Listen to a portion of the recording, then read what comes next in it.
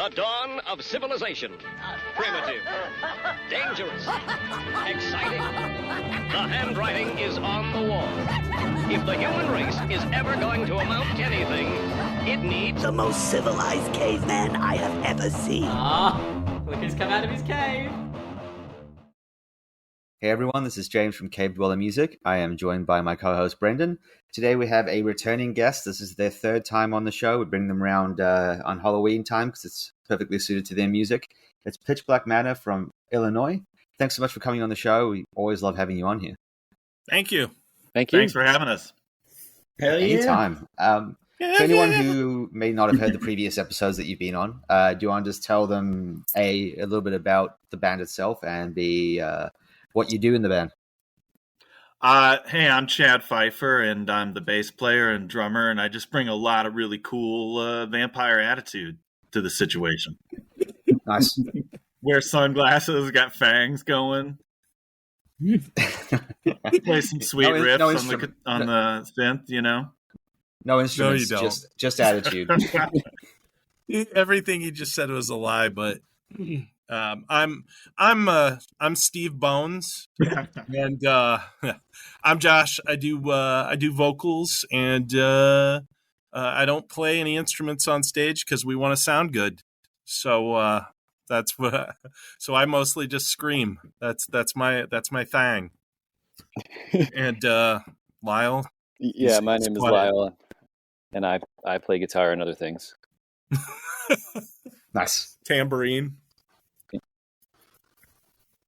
Xylophone. So, for anyone who doesn't know the music of the band, do you want to just tell us a little bit about Pitch Black Manor, the history of the band, and what you guys are all about? Sure. Genres are hard to pin down. It's kind of a place to start at the music store. We don't really fit. Although we say we're a goth band, I would say we're more of a Halloween party band. We play in all sorts of different kind of genres. And we've been around as a band for about 25 years. We played together when we were in high school, but then in adult life kind of went our separate ways. There was no big breakup. We just split up across geography and that sort of thing. And then around 2020, got back together and started making albums again. And we released Monster Classics in 2020, Night Creeps in 2021, an EP, and then we've just released our third album, Scream Team. Yeah, it's great. Awesome. Yeah, fun time. Yeah.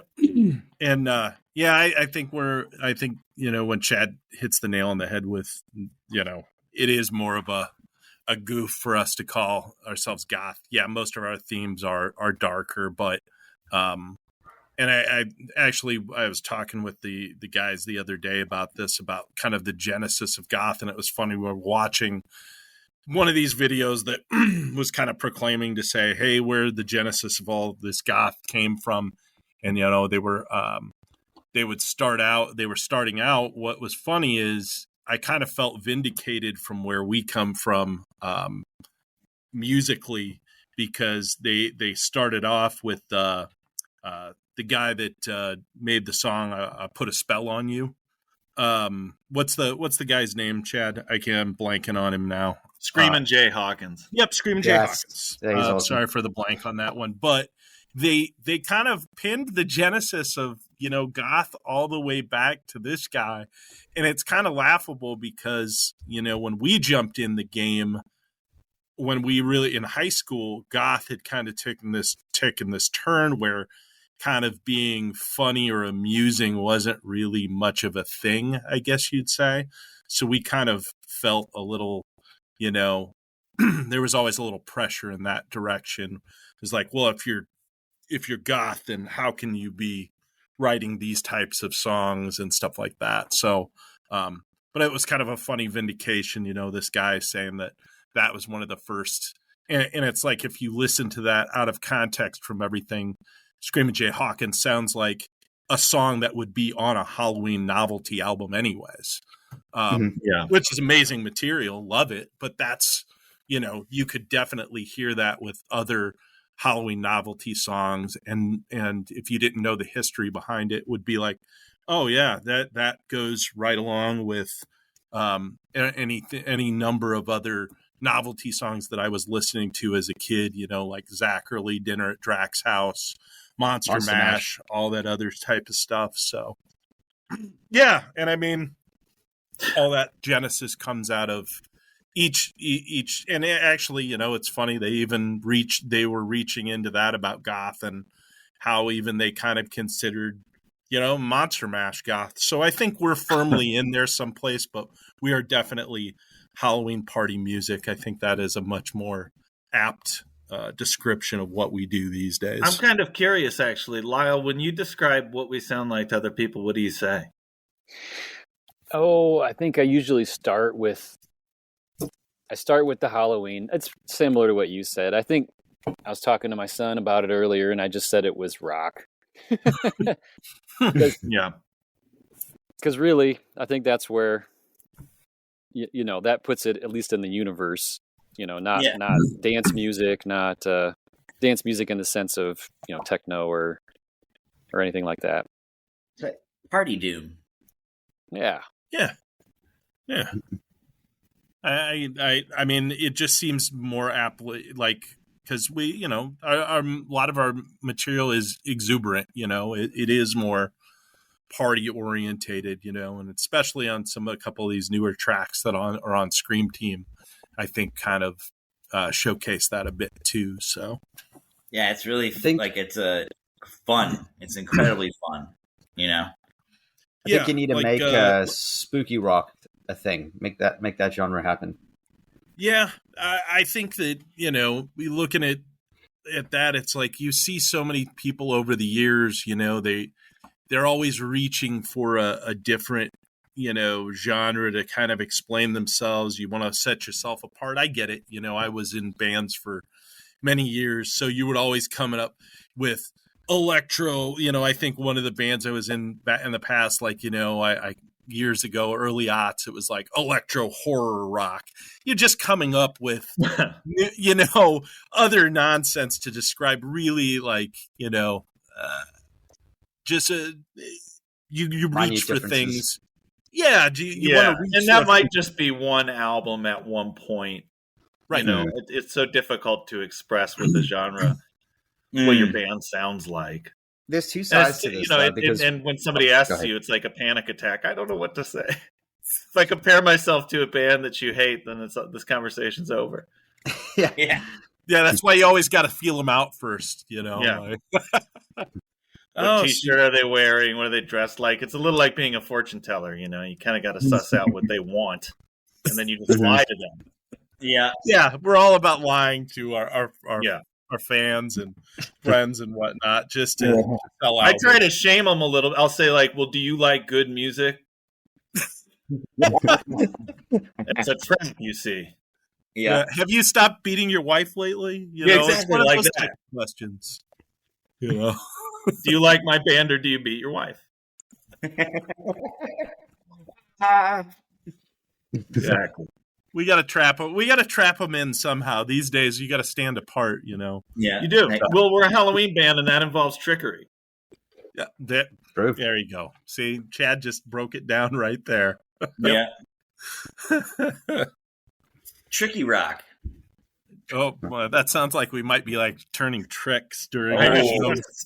We're hey, after this next song, I'm going to give somebody a hand job. It's only $5. No. Too sexy. That would set you apart. Hey, man, you're going to make a lot more money on the road that way. That's for sure. Look, I'm just going to say there's a better way to do it than the $5 thing. All you have to do is say, if you buy a shirt, then you get one. That way you make $20 or $30. Yeah. Yes. And you still get to give the hand job. Exactly.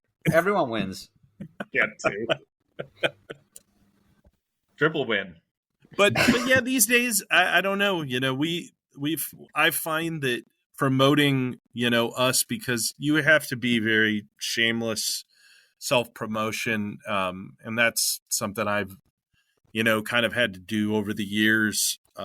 So I find there are some material I'll post in some groups, and it's crickets, and then you'll post in other stuff, and then it's just like an explosion, and it's something unrelated sometime, I've seen, because you get post punk, goth, dark wave. I mean, God, you could keep going down this. And actually, in this horror kind of space that we're in, the dominant genre is rockabilly, which is kind of a sound we don't do. Mm-hmm. Yeah, I think that's very true. I mean, yes, we've got a couple. We've got like maybe one song off of one album that might lean that way, but it's not enough even to mention that that's a style that we. I think what's funny, Chad, that you say about the rockabilly, because I think we experimented with a song one time where we tried to do like a rockabilly song years ago. And I don't even know. I think that was one of those shelved songs that never kind of made it any place. Basement tapes that you still have to go through. Like we've got Lyle's pushing for it constantly because he was always wanting more solos, more guitar solos. Yeah, I take them where I get them. Big Brian Setzer head. No, well, we're gonna start picking on Lyle. I knew it was coming right away. Lyle, but yeah, this is a safe space, Lyle. No, Yeah. it doesn't feel like it. Look, I can't enforce it, but in theory, it is. I mean, you're in the dark now too. Like we had the cameras on before, but we knew that you had to use the potty, so we got the lights, and you can finally do your duty. But yeah, go ahead. Screen. This transition into this album, like I think it's a distinct kind of turn from. I mean, there's similarities between albums, but I think we took kind of a turn on this last album into some territory I don't think we'd gone before. So I'm happy with that. That's for sure.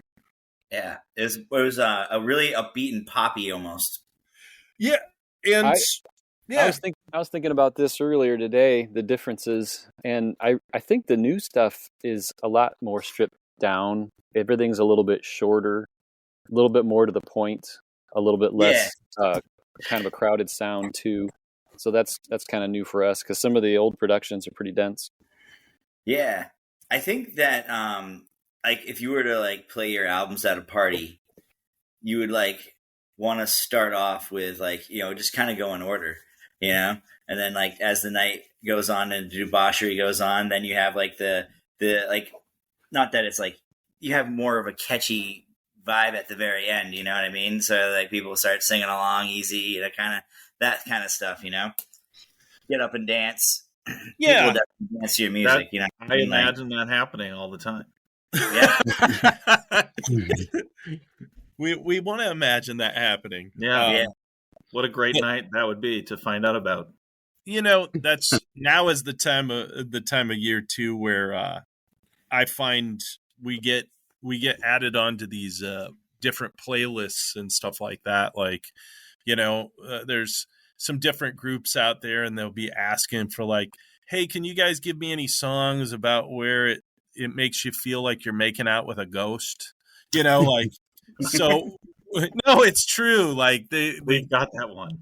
Yeah, and we're like, I have that one covered already. It's funny because I'll find these playlists and people will be asking for suggestions, and I'll suggest things in, and I'm like, how did you guys know that we already wrote this song? Because it's right there for you. And it's October, and we're ready to be at your Halloween disco like suggestions. Oh, we got you covered on all that. Yeah, and I mean, there once again, like talking about genres, it's like, one of the most reviled genres sometimes when you talk with people like disco, but like we do a lot of things that are, I mean, our disco kind of feel to them. And for years that was kind of a genre of music that was kind of absolutely made fun of, but people don't realize like just how informative that genre has been across, into dance, so much of the dance music and stuff like that, which we're big fans of. At least and like between the members here, like I would say, Chad and I are probably the bigger fans of like dance music and stuff like that than Lyle, but that's where we get kind Is of that true? No, Have you been lying to us, Lyle? no. I don't. Lyle likes to hold it close to the chest sometimes, whether he likes the Bee Gees or not, which is okay. I've been in a disco with Lyle dancing up on a cube with our shirts off. Yes, That that's was true. in West Hollywood. Actually, that brings up a story that we were talking about when they were down here for practice, because we don't get to practice a lot together because we live 3 hours apart. Essentially, we're kind of like this Bermuda Triangle here, and but we get our practice in before our shows. And I was telling them we had performed up in Madison, Wisconsin, years and years ago. I don't even know what year it was. Probably in the later 90s, actually. Yeah. And we played at this place called Club de Wash up there. Is now a defunct club. And setting all that aside, basically we were too young to actually be in the bar after the show. So they kicked us out legitimately afterwards. After there was like a drunk dude that sat up there at the beginning of each song and like rated each song. Like after we were done, he'd go like this. He'd go, "Well, that kind of sucked," and then he'd be like, "Oh, that was pretty good," like he just rated them as we went along. It was really interesting, but it was like the internet before the internet. Yeah, totally. Just said whatever was on the top of his stupid fucking head. Yeah. And so we get kicked out of this place, and there's a gay bar right across the way, and I don't remember the name of it, but interestingly enough, that was we went over there, and of course it's the 90s, so we're drinking Zimas and hanging out, and I just found out recently that was one of the known bars apparently that Jeffrey Dahmer would show up from time to time. Huh. In the late 90s. So yeah, kind of you find out these interesting, like we've got enough history now that we'll find out weird shit like years later. We survived it. We could pretend. He would have went after Chad anyways. That was thank God that didn't happen. That's his. But you know what? But an interesting. I now live in Madison, Wisconsin, where we played that show. And prior to that, I was living in Los Angeles. And when we started doing these albums, we weren't, we couldn't geographically get together. It was during lockdown. So we were kind of doing them over email. And I think a difference between the first two and the third one is that I moved a year and a half ago, and we were able to start playing together live after creating two albums virtually. And aside from, I think we got better at production, to Lyle's point about things being a little more stripped down. I think we started understanding you should throw focus to certain parts rather than just throwing everything in the kitchen sink into the song. But I think that process of playing live and putting a show together really influenced this new album, Scream Team. And thematically, I was looking at it. Correct me if I'm wrong, but it seems like sort of a horror trip through Middle America, right? Yeah, I would say that's a good summary. Cool. Okay. I was just getting that vibe from the description you wrote, from the album art, and then looking at the track titles and everything. It's like traveling to the countryside and seeing all that sort of 80s slasher style small town horror. Absolutely, yeah.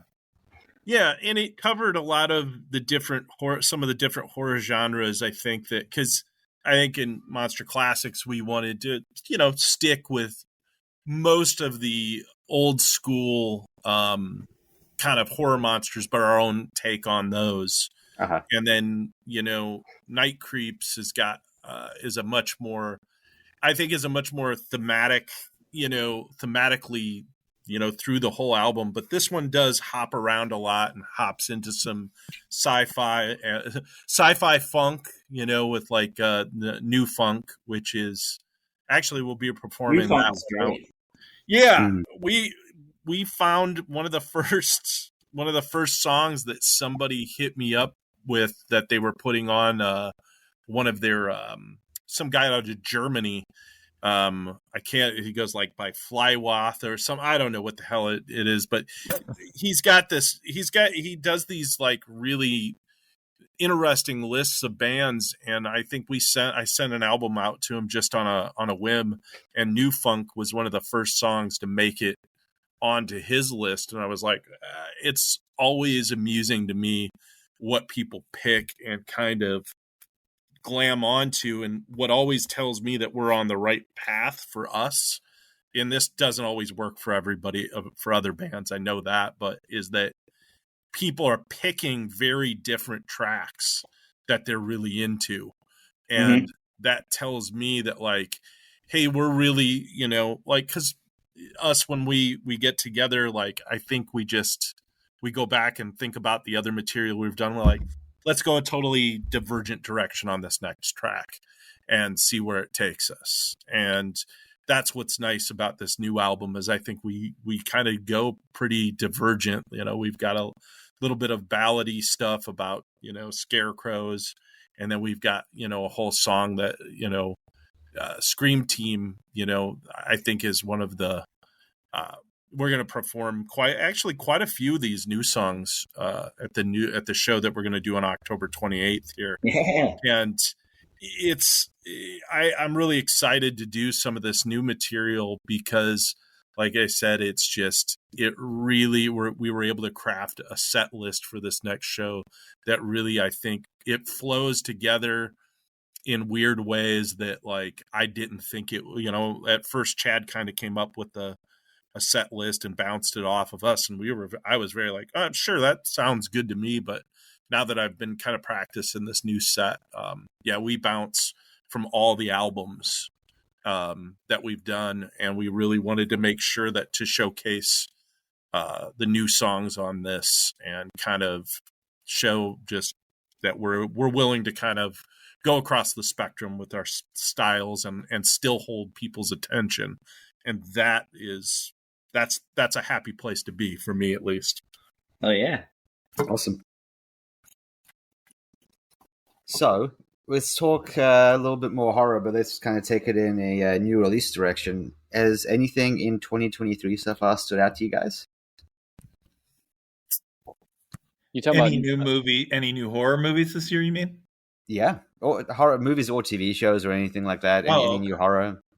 Boy, oh boy. I've had my head so firmly up my ass lately because I had my daughter was born this year, so like, oh, congratulations! It's been its own kind of horror movie, like it's like all this joy and like lows and highs all over the place. So I'm trying to think of anything new that I've really kind of seen as of late that was any good. Yeah, I finally saw. I'm very late to the party. I finally saw Mandy. Jeez. Well, that's great. So, which I really enjoyed. Movie. I thought it was shot really well. Although I do think I'm getting a little older because there's this great line on The Office where Ellie Kemper says, her boyfriend's making her watch horror movies, and she says, "Well, I just really like the part in the beginning when everything's going really well and the family's happy." That's what she likes about those types of films. And when I saw Mandy, I really enjoyed it, but I do have to say that was my favorite part of the movie, is when things were going well at the beginning of it. Once it turned, it took its left turn into revenge territory. It kind of played out, how you thought it might, and that wasn't as enjoyable to me. Yeah, I just thought it was a great play on, like it was a great play on like Hellraiser. I think it was like mixed Hellraiser with like a couple of different other films that I was, some great occult references in there that like the Abraxas horn and all this stuff like that. I thought there was, boy, I didn't expect it to take that turn into supernatural territory at all. So it was a big surprise, and it was a really fun ride. I really enjoyed that movie. I love the psychedelic elements to all of it, like in the soundtrack, in the film style, like the coloring. It's like otherworldly. It's really cool. Well, that guy, did you all see Color Out of Space as well? I think so. That was same company did Color Out of Space, which I enjoyed. That felt a little like a '90s straight to video movie in a way, but in a good way. Mm-hmm. that I really liked. Did you guys see The Pale Blue Eye, which was a Netflix film about Christian Bale was in it, had Edgar Allan Poe in it? I have that on my radar. Yeah, I've seen that. That was interesting. It's more of a murder mystery, but Yeah. I thought the guy that played Poe was excellent, and He was. You just made me think of it, Josh, because you said of the occult references in the other movie. Robert Duvall plays like an occult scholar in that movie, and it's just not a character you get to see very often. So I was really happy that he was in there, with his old tomes, doling out wisdom about the arcane arts. It was pretty cool. Yeah, in horror news, that was kind of something that really just shook me recently and made me very going from exuberant party album talk to really kind of downer shit. But I found on October 12th, Laura Parker died from the original Dark Shadows, who played Angelique. If I don't know if you guys are familiar much with the original run of Dark Shadows. I'm a fucking gigantic fan of Dark Shadows. It's 1,200 episodes. This ran as a soap opera, is that the women would be taking care of the kids at home, in the mid 60s. They're watching this insane show that went from a kind of almost film noir soap opera into essentially supernatural shit, vampires, time travel, werewolves, you name it. It gets so fucking outlandish. Floating hands and heads, curses, you name it. It's some of the best shit I think that's ever been on. But she played this evil witch, Angelique, and she actually just died. And I was kind of I'm on my almost second run through the entire series right now, which is 1,200 episodes. Wow. And my God, you go back and you watch this, and they were hitting everything with Dan Curtis made the show. So it was he was hitting on things that wouldn't get kind of repopularized until later in series. I've heard this series Supernatural. I don't know anything much about it. Like I said, I'm so stuck firmly in the past on a lot of things, but it's just interesting because people tell me about plot lines for shows and stuff, and I'm like, yeah, that sounds like Dark Shadows. There were so many of them.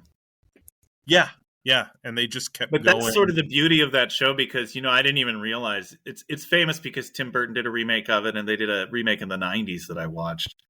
But I never really watched the original show much, and have been recently. I didn't realize that there were 3 seasons before Barnabas Collins even showed up. Absolutely. Where they were doing more of a Jane Eyre kind of type of story. And I watched all of those, and it's very hypnotic, especially because they had to turn them out so quickly. They're basically live. So people flub lines, the sets fall apart, the lighting's bad, the sound distorts all the time. And, everything you see these days is so polished that it's kind of refreshing just in its anti-refinement. Mm-hmm. Yeah, I mean, and it's funny, we were talking about watching things that are current. It's Jesus Christ, I'm so we should be asking you guys, have you seen anything as of recently that yeah, really, because I watched The Fly from 1957 the other day, but I don't know. And I just watched the Dr. Jekyll and Mr. Hyde from fucking 24. Chad gave me a copy of that. Actually, I've gotten turned on recently to some older horror stuff that I missed, which I never knew I missed. And I think that's for true horror fans out there, even for new stuff, because I do love the new stuff as well when the good stuff comes out. But there's a lot of stuff, like that old Dr. Jekyll and Mr. Hyde. I kind of thought it'd be a snoozer. But I watched it, and it was surprisingly good. And then there was a Bela Lugosi film that I hadn't seen, which that's surprising in and of itself, was Island of Lost Souls, which Chad turned me on to. Amazing stuff from pre-Hollywood morality code shit. And so, yeah, I think I've had my feet firmly planted in the horror past as of right now, and just been doing a lot of reading about Todd Browning, who did all the filming for Freaks and Dracula and stuff like that. That's kind of where my head's been lately on the horror stuff. So I'm sure it'll be interesting to see where, musically we turn up this next time on whatever album, thematically. I mean, it'll be there. It's going to be horror, but where it's going to land, I'm kind of interested to see myself at this point. It's I mean, I like going back to the older stuff as well, but I try to keep up with like the newer indie stuff. So I mean, most of what I watch horror wise is through Shudder. Okay. So a lot of those, like, they do a lot of their own in-house production, like these films that you can't see other places, and then they have a lot of smaller studio stuff that doesn't make it onto the other streaming apps. So I love that, and that's $6 a month. So it's like you can't really justify not having it if you like it. A more recent movie. This is still not current, but I really enjoyed Lake Mungo, which is kind of part of the found footage genre. Did you guys see that? No, I haven't seen. I heard about that one, but I haven't seen it yet. Is it actually good? It's very good. Yeah. Okay. I really like. I did watch it, Chad, and that one's bomb. Yes. Yeah. It's actually, it's surprising. Yeah, it was surprisingly good. I love films like that go so far under the radar that, like Chad was like, yeah, you should check this one out, and I watched it, and my wife and I are sitting there going, fuck, we didn't hear about this one, Yeah. I mean, and you're right about Shudder, though. I think one of the better things I've seen in recent years was one that my kids picked out one night. I was like, whatever, pick out whatever you want. And there's a movie on there called Haunt. Yeah. That one's a banger. Like, I really expected that movie to be trash. And that came at me, and I was like, that's one of the best slasher flicks that I've seen in, quite a few years, actually. I mean, there's plenty of big slasher films that came out that I was like, like the last Halloween in the 3-parter was very bizarre. I don't even know where to place that, in the whole, Michael Myers thing, but that the Haunt, though, was very good. So yeah, some of the Shudder original stuff is good. You're just making me realize that I should have kept up with my $6 on that one there, James. There's a really fun one that I think all you guys will like called Deadstream on there, if you haven't seen that one. It's a found footage, but it's a modern take on found footage. So it's actually a guy live streaming. So it's not like found, everyone's watching it as it happens. It's like a horror. It's a horror, but it's kind of comedy at the same time. But it basically plays out all of the different horror tropes that you can think of. So he's in this haunted house, like doing he locks himself. He does a Zach Bagan, basically, like locks himself in overnight with chains, so he can't get out.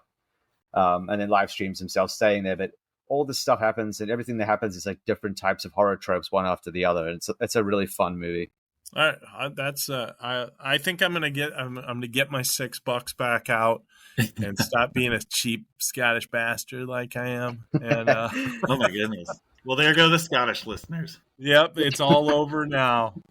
2 I had on the list that I think I'm going to watch soon. Sator, Sator, is supposed to be pretty good. I don't know if you guys have caught that. Not yet. That's a newer one. And Dash Cam, I heard, is actually kind of good. It's on Hulu. That one is really fun. It's it's kind of dumb, but like in like a campy sort of over the top way. But it's really fun. I like that one. Campy and dumb is sort of the name of the game with Pitch Black Manor. So yeah. we seemingly have that part covered. Like, I mean, that's gosh, I think we've got the market cornered on that. So. If any times people be like, your band's dumb, we're like, yeah, we know it. What the fuck? Yeah, and next. What's your point? Yeah, that most of the time that's what it comes down to. That was more of the it's really like a I guess you'd say a divergence for us. Like we were talking earlier, I think before the recording came on, and about how the new show that we were going to do is we sold out tickets on it, and it's just such a divergence from our past. We're talking about horror movies or the past and present, it's such a weird, like, we talk about the horror of our past is, showing up to shows where, the promoter had fucked up and booked us in a place where there was no sound system. Oh, you name. One time we went out to Des Moines to do a show, and we're like, yeah, this is going to be a rad show. And we get out there, and the guy that owns the place is like, he booked you here? And we're like, yeah. He's like, well, we don't have an in-house PA. He should have known that. And we're like, what the? So we didn't get in a huge argument or anything, but we definitely kind of stood our ground and we said, well, hey, you booked this as well with the guy. I mean, come on, take a little pity on us here. Like, we came all the way 3 hours. Actually, Lyle lives in the same town now as where this was booked, in Des Moines. And it's 3 hours from the Quad Cities where we were all based out of at that time. And the promoter felt bad, or the guy that owned the place. So he's like, well, y'all can drink for free for the night. And we were like, we all looked at each other and we're like, this might be a better deal than actually playing the show. Yeah, I think they severely underestimated what that amount would be. Oh, horribly. I think we got kicked out of one of the bars, and then we went upstairs to their second level one and proceeded to drink them out of most of their alcohol at that one as well. But yeah, I think we went all the way one time to Minneapolis for a show to find out that the club had closed down. That was another fucking classic Pitch Black Manor horror story. Driving in our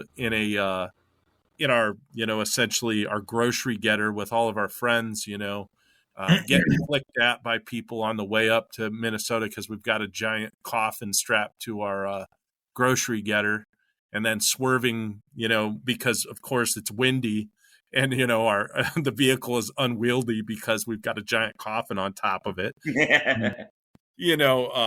And that's they bring us full circle. I thought I was really unique when we were younger, and I was like, bring me out in a coffin, this will be really cool.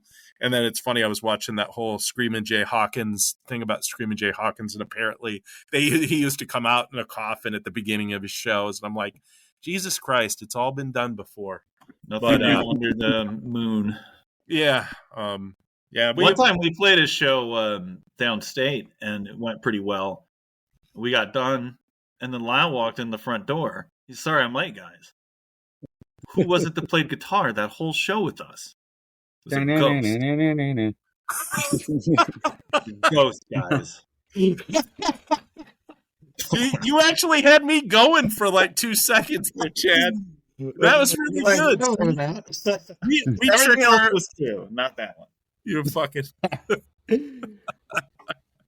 Yes, that was going to Minneapolis, but Milwaukee, being paid $20 for gas back home. You're getting back on that. So yeah, it's between the past and the present, it's a gulf of an experience now looking back. Wow. Yeah, and selling out a show for us here is great. My hope is that eventually we'd like to, like, Chad lives up in Madison, Lyle lives in Des Moines, so might creep our way back into a couple of those places this next year. We'll see how things go. If some other kind of insanity hasn't tipped off in the Middle East to bring us into some sort of horrible, crazy end here. But new dark age. So hopefully maybe we'll get a couple more shows in before something really crazy happens. But outside of that, I think that new album all aside, I think we're definitely on track where we want to be musically right now, and we just hope to keep on trying to spread the word. We really appreciate you guys, what you've done for us over the last couple of years. Hell yeah. Yeah, Always, it's been man. great. Happy to help. And I'm a horrible, like I said, I'm a terrible, shameless self-promoter, so I'm always... You've made my Halloweens much more colorful. That's for sure. Awesome, man. They just play like the Misfits, and then like put that on repeat and like on a speaker outside the house, and like leave a bowl of candy and go trick or treating with my family. But now I pop you guys on the list, like pretty much where we started off. Yeah. You guys have become one of my favorite like October Halloween bands. We really want to, that was kind of funny because when I had like, everybody's got their bucket list of things that they want, out of like, if you're in a band, you've got a couple of bucket list things. And I think my biggest bucket list thing with this project really is really to spread this. It's not that, it used to be years ago, like, oh, we're going to go around, we're going to do every show we can possibly do, lose money, do all this stuff.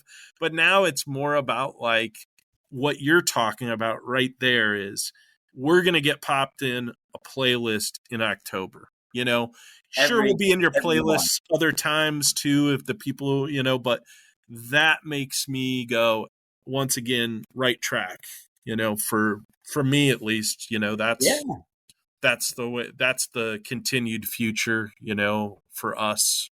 I'm sure we'll branch out into some different styles and whatnot, but nevertheless, getting on those playlists in October, and, we've already seen a nice little surge in our playlists, in our Spotify for this month. And awesome.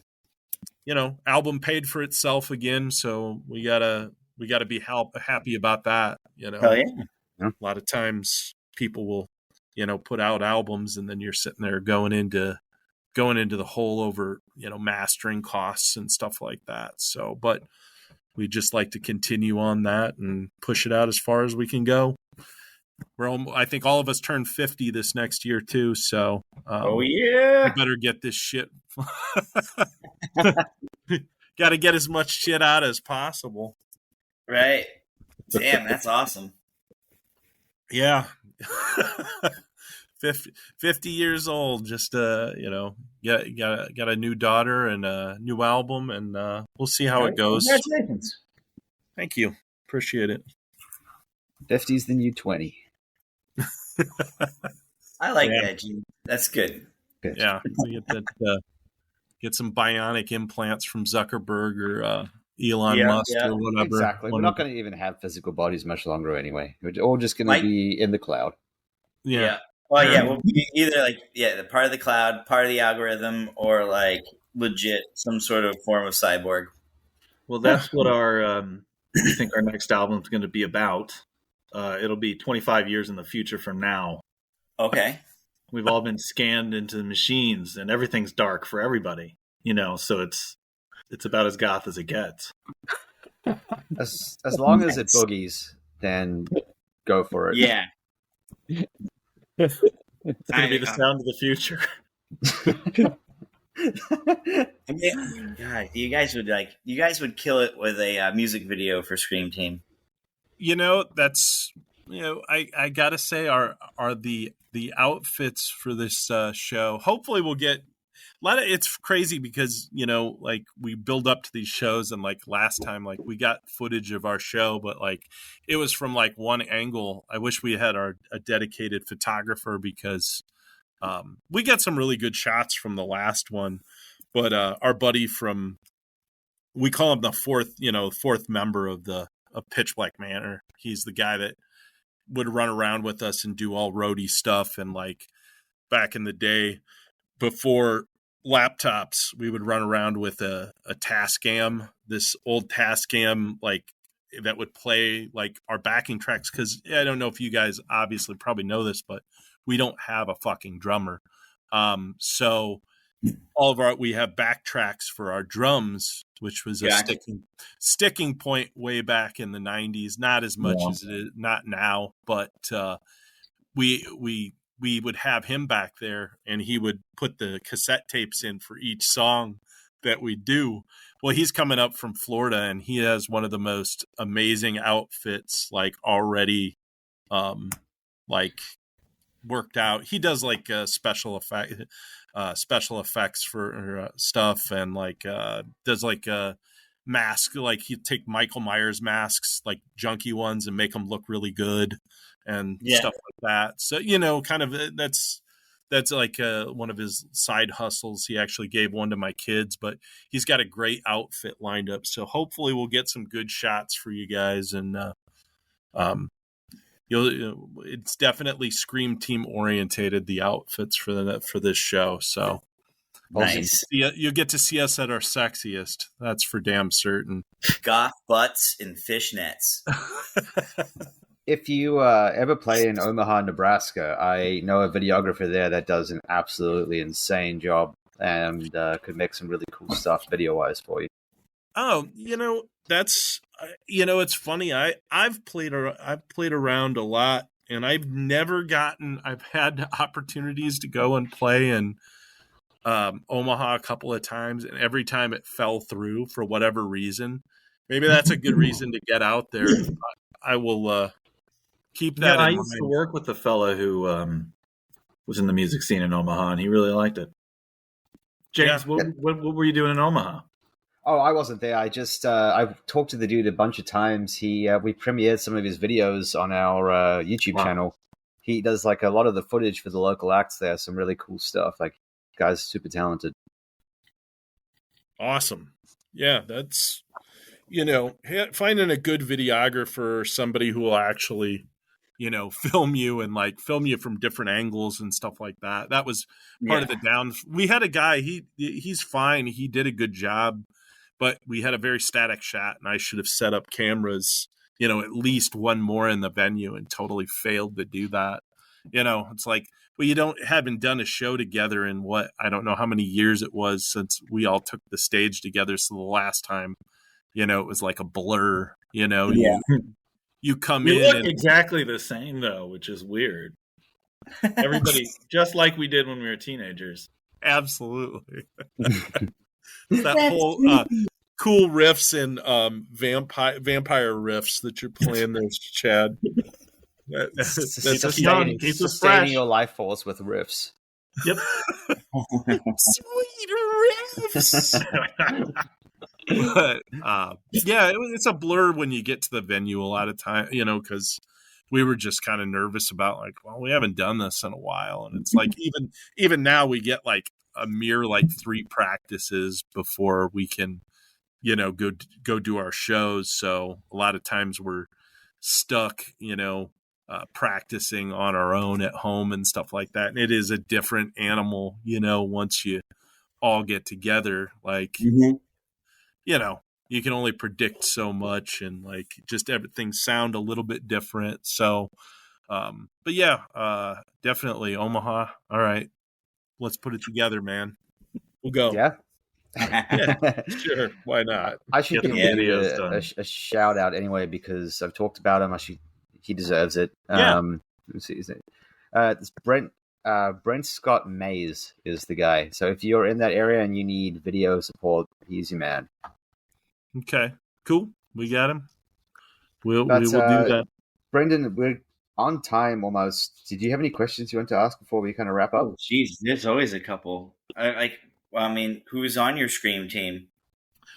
Well, who's on the Scream team? Geez, if you're actually, we've got, it's funny. We haven't talked, like, there's backup singers on our album that you guys obviously hear, but we don't talk about them. And so the people on our Scream team are Chad's wife, Heather, and my wife, Jenna. They do backup vocals. So they're on the Scream team. And if we play our cards right, they'll be on stage doing some backup vocals for us that night. And our buddy Dan Kirk, who is the fourth member of Pitch Black Manor, he'll be there all the way from Florida that night too. So we should have a pretty rad Scream team going on for our show. We're pretty excited about it. Also, there's a blob on the Scream team. There's a scarecrow on the Scream team. All right. There's a forest hag. Yes. Murderous forest. There's a let's see. A rip-off Leatherface. There's a dime store Leatherface. Yeah. Like the We inflatable. call him, I think it's Pleatherface. Yeah. It's very bad. It's very bad. But yeah, we've got a lot of people on our Scream team ready to go for the show. And I am going to send you some sweet pics there, cool dad. You're going to like them. I love it. All right. Hell yeah. What is your favorite Halloween you've experienced? Oh God. Whew. That's actually a good question, man. My goodness. Holy smokes, man. Actually, I'll take a like more recent one for me was this is more family orientated because I know we weren't talking about very family orientated things earlier before the recording came on. But nevertheless, I took my kids out and they were like 2 years old, and one of them dressed up as a Dracula and the other dressed up as a werewolf.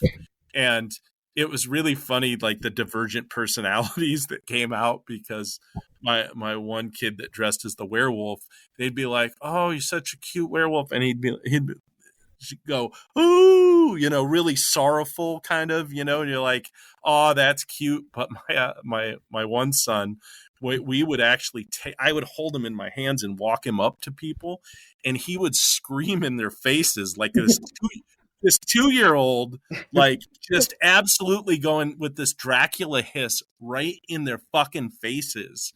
And like these people were legitimately getting startled by it. And it was pretty fucking amusing. And I just yeah, it was a good Halloween, I'd say that was one of my more memorable ones in recent years. So Lyle? I'm going to say the first year that we moved to Des Moines has there's a couple cities that have this weird tradition that kids have to tell a joke. You actually have to do a trick to get a treat here. Oh, God. Oh, okay. And we didn't know, so we were handing out candy, and all the kids would like just be disappointed because we didn't ask them for their joke. It was like it was a massive disappointment because nobody got to show off. It was just like, "Here's your candy, beat it." Finally, that sounds like a Michael Jackson thing. Here's your candy, now beat it. Ooh, piece of candy.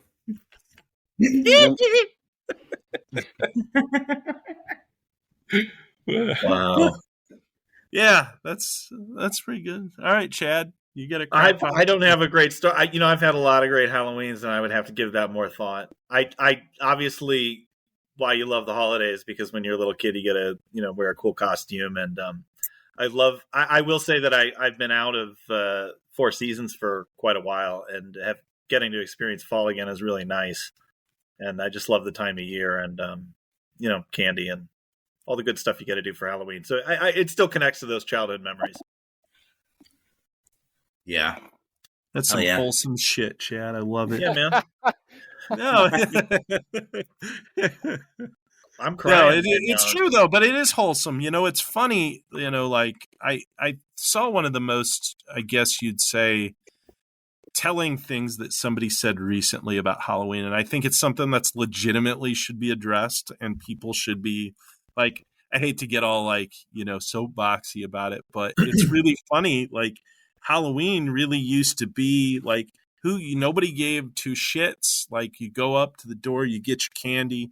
Like people weren't like wondering like, how old is this kid knocking at my door? Like I've seen this in recent years on Facebook posts about these people like, these teenagers come to my door and I'm not giving them candy. They're not like little kids. And like, if you know the true genesis of Halloween, somebody in this Facebook group that I'm in numerous Halloween ones, and this person in one of the groups was saying about how like Halloween was actually like the parades and the candy and all that stuff was actually to prevent all of the chaos that would happen on Halloween night invariably, because they used to call it Mischief Night, Devil's Night, Moving Night, and they would put like these teenagers go up and put like farm implements up on top of buildings and do like, it was kind of a feared night before the introduction of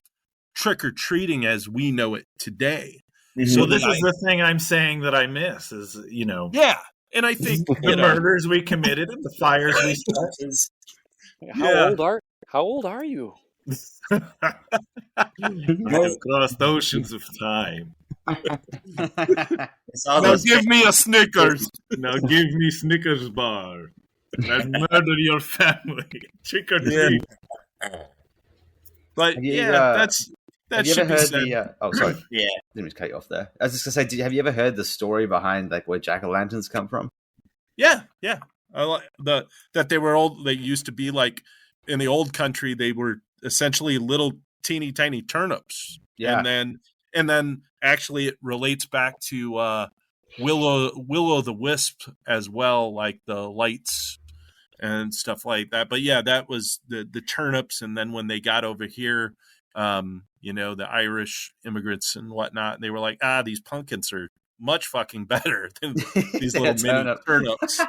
Yeah. But yeah, there's so much great history behind a lot of this stuff that like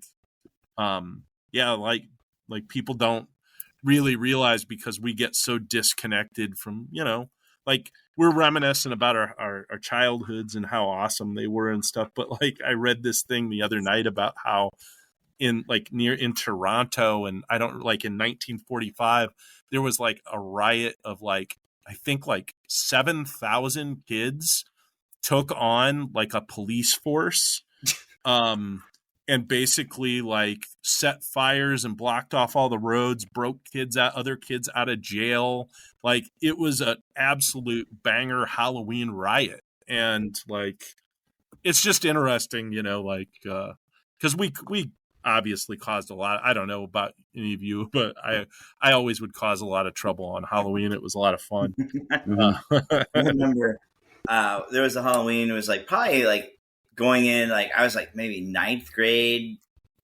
It was around that era, 8th grade, 9th grade. And we went trick-or-treating with our friends. Like we're on our BMX bikes, and I fucking snagged a fire extinguisher. Yeah. So we were walking around and ditched our bikes, and then we were like had the fire extinguisher, and we'd be like, we'd like spray random kids walking through the neighborhood and shit. And then we knocked down a house, and the door opened, but no one was there. You know what I mean? Like the door was like kind of cracked, and we're like, hello, trick or treat. We're expecting to get like scared, like lights turn on, and like boo, and no one was there. So we were like, fuck it, we took everybody's like all their plates and their dishes, and we moved them from one cabinet to the next cabinet. And then we got everything switched back and forth. Every drawer was swatched, and then we left and locked their door. Oh, that's perfect. Yes. No, dude, that is so good because I had man. I don't know if I should be telling these stories, but we'll leave it at that. That you told that story. That's fucking awesome, dude. That's actually, I think that Stephen King talked about the different levels of horror, and that there was the gross out, which is just gore, and then there's horror, which is the surprise jump scare, and then there's terror. And I believe the way he described that was, you come into your house and everything's been rearranged, but nothing's been taken. That is terror. So you committed an act of terror. Oh God! For Halloween. Proud of you. Congratulations. Woohoo! Yes. That was terror. Wonderful little time. But I think we'd probably get more in trouble for like spraying kids with fucking fire extinguishers. Yeah, probably now you gave them all those kids they all have cancer now. So yeah. Oh God. Yeah. Well, you gave the true gift there, Jesus. Actually, that reminds me. There was a time I did something similar, but it was really subtle what I did. I went and they had this giant thing of sherbet in their refrigerator, and I ate every last bit of their sherbet. Then I filled it up with water and put it back in, and then basically, so when they went to get ice cream the next time, they just get a big fucking ice block, and they have to think about how that possibly happened. Oh, man. Flavoring off. This is not right. This is the worst sherbet I've ever had. Sherbet, this sucks. So yeah, before we probably reveal more acts of terrorism that have been committed, perfect timing though. This has been great talking to you guys, though. We're actually at the hour mark, but I have one question to ask you guys because I ask everyone that comes on the show this, but we only started doing it after your last visit, so you never had a chance to answer. Sure. So it's a little bit of a tricky one. You can go in whatever order you want to go in, but if you were trapped on a desert island with nothing but a solar-powered Discman and 3 CDs to listen to on repeat until you got rescued, what would you want to have with you? All right, Lyle. Oh, I'll go first. Okay, Jimi Hendrix, Electric Ladyland. All right. Nice. We Are Devo. Ooh. Good one. That last spot. The Bee Gees. Yeah, we'll go with the Bee Gees, just so I can have some dance music cred. Since I accused Lyle of not liking the Bee Gees. For me, I'm just gonna make it. I'm gonna go because I feel good on this one. Cabaret Voltaire, Code. Rest in peace, Richard Kirk. By the by, I think he died a couple of years ago. Tried to contact him, actually, because I've had good luck of contacting a few people that I like, kind of admired the music, that they did. Mm-hmm. But yeah, Cabaret Voltaire, Code. I'd probably say Skinny Puppy Bites would be my second one. And if I was going to need to throw in, like, I think I would need to go a different direction on the last one. I'd probably go with something like Greatest Hits by, like, and if we can, I'm sure you're cool with going with a Greatest Hits. Yeah, totally. I'd go with Electric Light Orchestra's Greatest Hits. Yeah. Okay, nice. Yellow. Yeah. So that's my 3, and I'd be fine until somebody gets there. Just Nice. fine. That's an impot. Yeah, that's I can't. I think I would. Older stuff. It might be like Portishead, Dummy, Music for the Man, Masses. that's a good one. By Depeche Mode. That's the album by Nice. them I really like. I'd want to get a guitar record in there, but I'd have to think about that for a while. Instead of the third record, I might bring a photo book of like stuff from that Brent from Omaha, some of his photos. No one Like said that brought us before, through. but I'll allow it. Just based on his conversation, If that's in rotation. I think that'd be something pretty good. Yeah. So, yeah, I'm really in. By the by, I think like that, like Cabaret Voltaire Code will be probably one of my favorite albums of all time for It's a great ever one. and always. So I know that's coming, and there's so much good stuff on Bites that like it's that album takes you all over the place, like, and it's really Skinny Puppy at its best. And then with Electric Light Orchestra, there's just so much amazing musicianship and like just I don't know, like that kind of encompasses a lot of my musical things, that the well that I kind of draw upon a lot. And it's funny because I don't think we sound a goddamn bit like anything of any of that, but how you reinterpret things musically and how it comes out in the end. So how about you guys? You asked this question. What It's been a minute since I've answered it. Let me see. I would. Remember that your guests have 3 albums. It's true. Oh, jeez. Dream team. Brendan, do you know yours, or do you want me to go? Oh man. Hey, well, I always mention it. The Crow soundtrack. All right. That's Well, all right. That's a you know? solid one. That's funny. I like it. Yeah. Yes. They keep calling me. Yeah,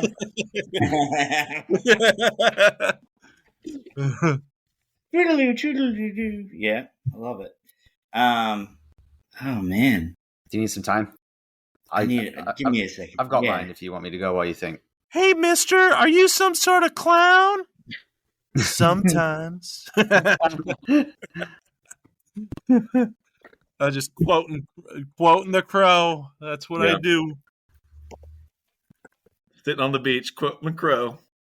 Oh, and I will give it while you guys are. I know you guys hear so much music, so it's kind of an unfair question for you dudes. Like an old dude like me is like, oh, I got this one, no big deal. But I did want to give a shout out for album artwork to the guy who did our cover, Oz Delarge. Does some great work, and he actually did our show poster for the last show that we did, and it's what I use as my little profile picture for Facebook, and then he did the album art, and he's doing a poster based on that for Scream Team that I think we're going to have available at the show as well.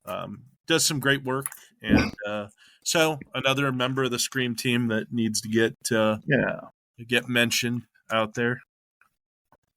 Awesome. But yeah, you guys can always email me later if you want about your 3 songs. Brendan, I you got them? second. Well, I was gonna say Zeal and Ardors, Devil is Fine. Nice. Okay. All I right. like All right. I like it. James is sitting there like, man, he's heard so much crazy shit in the last couple of weeks. He can't pick nothing. It's all right, James. All right. Oh, I've got mine. Okay. Go for it. One more for you. One more for me. You want me to do 4? Yeah. Jesus, Yeah. power. I will do Candlemas Nightfall. Oh, okay. I'm gonna check this out. I'm gonna check these out, by the way. So, Candlemas Nightfall. All right. Triptychon, Milana. No, actually not Milana. Let's do the first one. Triptychon is, I always say this wrong, Peristera Daemones. Always has to be Latin. Sounds cool. It's the second project from the vocalist of Iced Earth after they split up. And then The Witches, Annabelle Dream Reader, which is this super psychedelic surf rock noise album. Ooh, It's that really sounds fun, neat. super groovy, great guitar. Fourth one, I have to think about the fourth one for a second. Probably want Wait, something. you get 4? Oh, Brendan donated his to me. Oh no! I was saying just oh boy. I don't want it. You got yours? What's your favorite Which sludge? Barry Manilow album is it? And Unmaker. Something What- sludge. which- Do something sludge. You love sludge. No, it is LLNN Unmaker. Oh, you got Okay. that album. Okay, yes. Yeah. This is actually, James, this is a fun little game. You could keep up with this game of I like, maybe on you guys' Facebook or something like that. It might be funny to randomly pick out the albums that off of interviews that you've done with people and just post them. Be like, hey, this band picked these as their 3 albums if they had to be. I want to. That's true. Good I want call. to do a playlist with them on Spotify or something like. You know what I mean? Yeah, that's a cool idea. I kicked around the idea, just haven't put the effort into it. Yeah, Yeah, let's do that. That's great. Yeah, I just like it because I think that A massive playlist of everybody's albums. You could throw the albums on there. You know what I mean? Because it's all albums. It's not like certain tracks. You know what I mean? Mm-hmm. So it's it would be just a massive playlist of awesome albums. there's been a couple repeats too, which is cool. That's true. You know? Yeah, that'd be. I think it just gives more care, like, because it's the internet. There's just this drudge of like, and when I say drudge, that's a bad thing. You guys are out there sitting there doing the hard work, sifting through a lot of stuff that, like, to be honest with you, would be lost out there if there weren't somebody out there keeping their pulse on some of this stuff. Mm-hmm. And I think that's a good thing. And, whenever you guys are like promoting people, fuck, man, like, let as much of their character come through. And like, I think that speaks about an artist, is to say, unabashedly, yep, this is the shit I like. And Right. Well, yeah. you may not like it.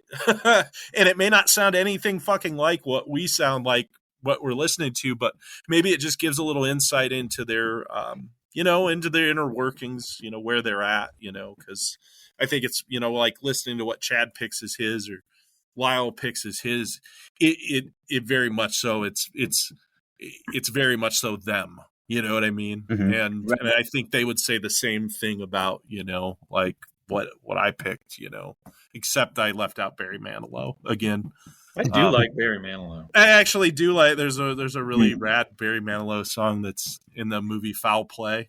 That's a good one. It's the song that opens up the movie. Great song. Learning to take a chance again. Yep, that's right. See, that's the thing. Like, it is hard for people like us who jump around so much stylistically. Like, Right. God damn, I love things, we'll talk about some of the real quick, like, like new funk. Fuck, I love stuff like, I think like stuff like Sly and the Family Stone, Great my band. brother was mentioning them the other day and I forgot about how much I really like, things that are so far out of what people would consider to be my wheelhouse of things that I even enjoy. Right. But Right. God Exactly. damn, It's Have you guys heard Twin Temple? are those the guys that do like a doo-wop Satan type thing? Yes. Yes. I've heard a little bit. I haven't heard a lot, but I mean, you're getting doo-wop and Satan together. It can't be. I really can't see it turning out bad. You know what I mean? It's really not. I'm not gonna lie. There's a couple songs that are like, well, maybe, but for like, I'd say 95% of everything they do is it's catchy, it's good. It's kind of like a real evil Amy Winehouse. There we go. Another person's stuff that I actually really like. Yeah. It's I hard for me to interesting, really, like, I guess, get down on any particular style of music. It's really hard for me to be like, God, I hate this, I hate that, because I'm a big fan of old Shirley Bassey Bond themes, and I always liked that Amy Winehouse was so reminiscent of Shirley Bassey's sound. I actually really like, there's a British hip-hop artist that I'm listening to right now called Shy Girl that I really like. So that's a newer one. Nice. It's kind of dirty sex music. It's pretty good. Ooh. There you go.